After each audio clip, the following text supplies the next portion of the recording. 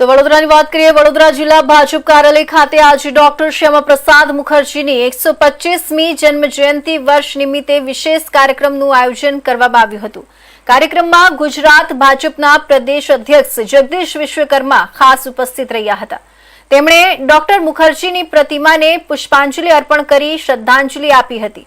આ પ્રસંગે કાર્યકર્તા સંમેલનનું પણ આયોજન કરવામાં આવ્યું હતું, જેમાં મોટી સંખ્યામાં જિલ્લા ભાજપના કાર્યકરો જોડાયા હતા। વડોદરા જિલ્લા ભાજપ કાર્યાલય ખાતે આજે ભાજપના કાર્યકરો અને આગેવાનોની ઉપસ્થિતિથી ગુંજી ઉઠ્યું હતું।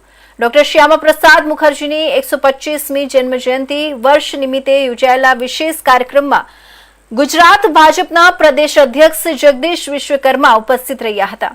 કાર્યક્રમની શરૂઆત ડોક્ટર શ્યામાપ્રસાદ મુખર્જીની છબીને પુષ્પાંજલિ અર્પણ કરીને કરવામાં આવી હતી। પ્રદેશ અધ્યક્ષ જગદીશ વિશ્વકર્માએ ડોક્ટર મુખર્જીના રાષ્ટ્ર નિર્માણમાં આપેલા યોગદાનને યાદ કરતા તેમના વિચારોને જન જન સુધી પહોંચાડવાનો સંકલ્પ વ્યક્ત કર્યો હતો। ડોક્ટર શ્યામાપ્રસાદ મુખર્જીની 125મી જન્મજયંતિની ઉજવણી દેશભરમાં થઈ રહી છે। 23 જૂન ડોક્ટર શ્યામાપ્રસાદ મુખર્જીનો બલિદાન દિવસ અને 6 જુલાઈ જન્મદિવસ સતત આખા રાજ્યની અંદર આ પ્રસંગે દરેક જિલ્લાએ કાર્યાલય કાર્યક્રમો થવાના છે। સાથે સાથે આજે 25 જૂન પણ છે, કટોકટીનો કાળો દિવસ, બંધારણનો હત્યા દિવસ। આ દિવસ ક્યારેય આ દેશની જનતા ભૂલી નહીં શકે।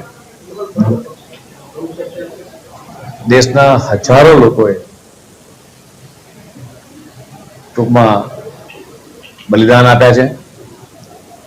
સાથે સાથે 1 લાખ કરતા વધારે લોકોએ ધરપકડ વળી હતી આ દિવસે।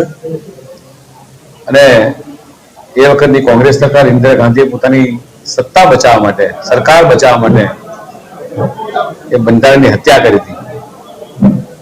અત્યારે કોંગ્રેસના નેતાઓ લાલ ચોપડી લઈને ફરતા હોય છે, પણ એ વખતના એમના નેતાઓ દ્વારા જે બંધારણની હત્યા કરવામાં આવી હતી, કટોકટી નાખવામાં આવી હતી, એ દિવસ ક્યારેય આ દેશની જનતા ભૂલી શકે એમ નથી। અને આ દેશની જનતા ક્યારેય એમને, કોંગ્રેસને ક્યારેય માફ નહીં કરે। સાથે સાથે ડોક્ટર શ્યામાપ્રસાદ મુખર્જીએ જે બલિદાન આપ્યું હતું, કાશ્મીર માટેનો જે નારો આપ્યો હતો, એક દેશ મેં દો વિધાન, દો નિશાન, દો પ્રધાન નહીં ચલેંગે, અને એ પણ બલિદાનને આ દેશની જનતા ક્યારેય નહીં ભૂલી શકે, યાદગાર હશે। અને રાજ્યના તમામ બૂથોની અંદર, તમામ જિલ્લા કાર્યાલય પણ એમના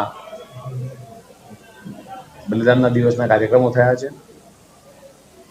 સાથે સાથે આનંદની વાત એ હતી કે એમણે જે નારો આપ્યો હતો એ પણ 2019માં દેશના યશસ્વી પ્રધાનમંત્રી માનનીય મોદી સાહેબની વર્તમાન સરકારમાં 370 અને 35 કલમ હટી। આ પણ એક ઐતિહાસિક ઘટના। આ પણ દેશની જનતા સતત આ વસ્તુને યાદ રાખશે। આજની આ નવી જનરેશન, આ નવી પેઢી